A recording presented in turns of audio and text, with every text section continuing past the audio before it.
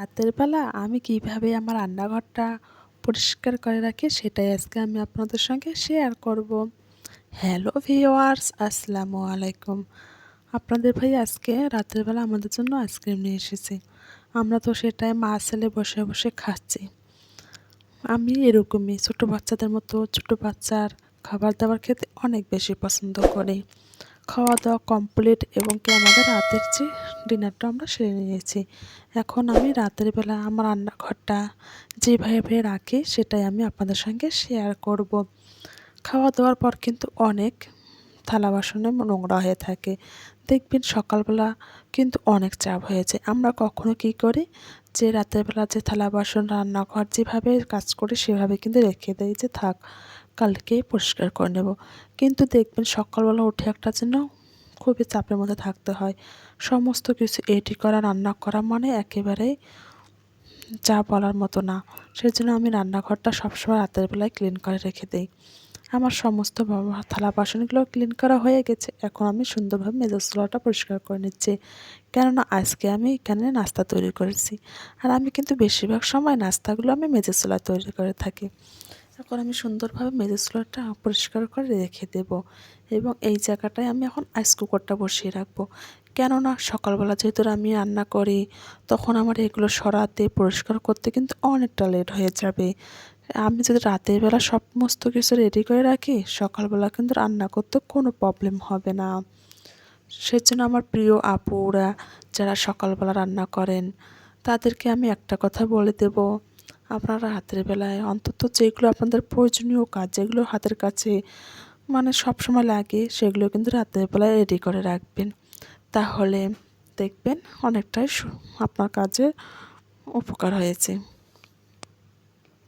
এদিকে আমি এক এক করে আগে সুন্দরভাবে পরিষ্কার করে নিলাম। এরপর কিন্তু আমি সুন্দর একটা ভেজা কাপড় দিয়েও সুন্দরভাবে পরিষ্কার করে নেব।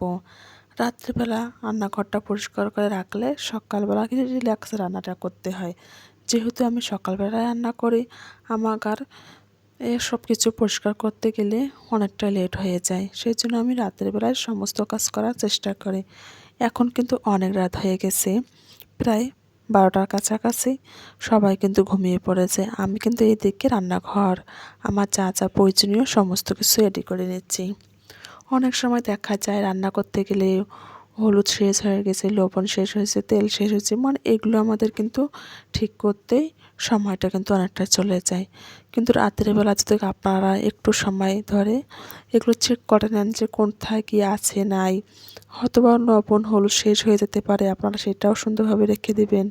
যা যা মানে হাতের কাছে লাগে সমস্ত কিছু রেখে দিবেন। দেখবেন সকালবেলা নিশ্চিন্তে রান্নাটা হয়ে গেছে। এখন আমরা কিন্তু সুন্দরভাবে আইস কুকারটাও পরিষ্কার করে নেব। আইস কুকারটা পরিষ্কার করার আগে একটা কথা মাথায় রাখতে হবে, যাতে আইস কুকারের ভেতরে কোনো প্রকারভাবে পানি না ঢোকে। সেই জন্য আমি একটা ভেজা কাপড় নেই অবশ্যই, কিন্তু কাপড়টা পানিটা সুন্দরভাবে চেপে নিয়ে আমি সুন্দরভাবে পরিষ্কার করে নেই। এভাবে কিন্তু যত্ন সহকারে যে কোনো জিনিস ব্যবহার করলে জিনিসটা কিন্তু অনেক দিন টেকে। সেই জন্য আমাদের যত্নটা ঠিক মতন করাটা প্রত্যেকটা জিনিসের উপর কর্তব্য। এদিকে কিন্তু আমি চুলাটাও সুন্দরভাবে ক্লিন করে নিচ্ছি। এই চুলাটা কিন্তু আমার অনেক বছর হয়ে গেছে, অনেকটাই পুরনো হয়ে গেছে, ভেঙে গেছে। একটা চুলার কিন্তু আলো কম হয়ে গেছে। তারপরেও কিন্তু আমি এটা রেখে দিচ্ছি, ব্যবহার করছি। কেননা আমার তো এটা চলতেছে, এমন তো না যে চলবে না। যতদিন চলবে ততদিন আমি এটা ইউজ করব। যখন একেবারে দেখব এটাতে কোনো কাজ হচ্ছে না তখন আমি নতুন নেওয়ার চেষ্টা করব। অযথা এখন একটা আছে তারপর আমি টাকা নষ্ট করে অন্য একটা কিনতে পারবো না। রান্নাঘরটা পরিষ্কার থাকলে মনটা মনে হয় যে রান্নাবান্নায় মনটা অনেক সুন্দরভাবে বসে। যখন দেখবেন একটা রান্নাঘর এলোমেলো আছে তখন কিন্তু একেবারে কাজে যেন মন বসে না, কীরকম যেন লাগে। সেই জন্য আপনারা চেষ্টা করবেন রান্নাঘরটা সমস্ত কিছু সুন্দরভাবে পরিষ্কার করে রাখতে। তাহলে দেখবেন এমনিতেই আপনাদের রান্না করার মন মানসিকতা চলে এসেছে। রান্না করতেও ভালো লাগবে, খেতেও ভালো লাগবে। কখনো আমরা আলসেমি করি যে রান্না করব, খাবো, কিন্তু যখন দেখবেন একটা পরিপাটি রান্নাঘর আছে তখন কিন্তু আর এই চিন্তাটা মাথায় আসবে না। এমনিতেই যেন আপনাকে টানতেছে রান্নাঘরটা। এইদিকে দেখছি যে আমার লবণ শেষ হয়ে গেছে, তেল শেষ হয়ে গেছে, সেটাও আমি সুন্দরভাবে এখন ঢেলে নেব। কেননা আমি একবারে একটা বড় জারে করে রেখে দেই, আমার যতটুকু প্রয়োজন আমি কিন্তু ততটুকু রাতের বেলা এখানে নিয়ে নেই। এটা দিয়ে আমার সারাটা দিন কাজ হয়ে যায়।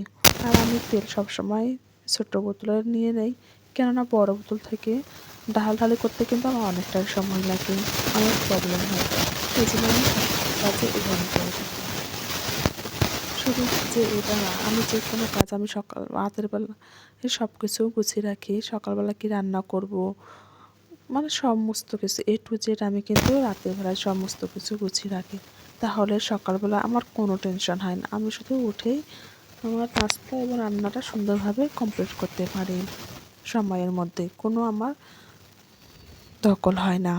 সেজন্য আপনারা সবাই চেষ্টা করবেন আপনাদের কাজগুলো সুন্দরভাবে একটু রাতের বেলা করে রাখতে। তাহলে দেখবেন সকালবেলা সুন্দরভাবে আপনি টাইমের মধ্যে কাজগুলো করতে পারছেন। এখন পর্যন্ত যারা আমার ভিডিও দেখছেন, প্লিজ একটা লাইক করে দেবেন। চাইলে আমার চ্যানেলটা সাবস্ক্রাইব করে রেখে দিতে পারেন। এদিকে কি যে আমি রান্না করব, সেই জন্য কড়াইগুলোও কিন্তু আমি সুন্দরভাবে পরিষ্কার করে নিয়েছি।